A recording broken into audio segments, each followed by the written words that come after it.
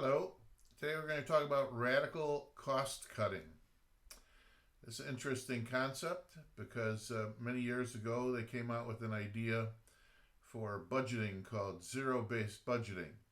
The idea of zero based budgeting, very simply, was that we're going to start from scratch. Just because you spent XYZ number of dollars last year does not mean you get to spend it again this year.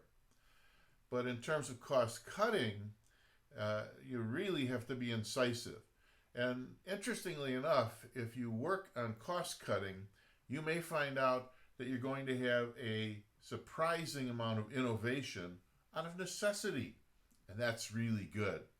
So every time a new project comes across your desk that you need to sign off on, if you're being a fast thinker and an incisive thinker, you ask yourself the question, can it be done for less? And then you might want to negotiate internally with the stakeholders on what are the costs and resources involved, and then negotiate externally. And sometimes you would be absolutely amazed what effective negotiation can accomplish.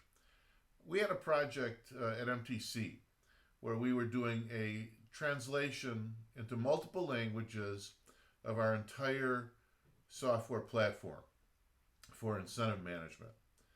And I delegated the quotes to a couple of our key managers.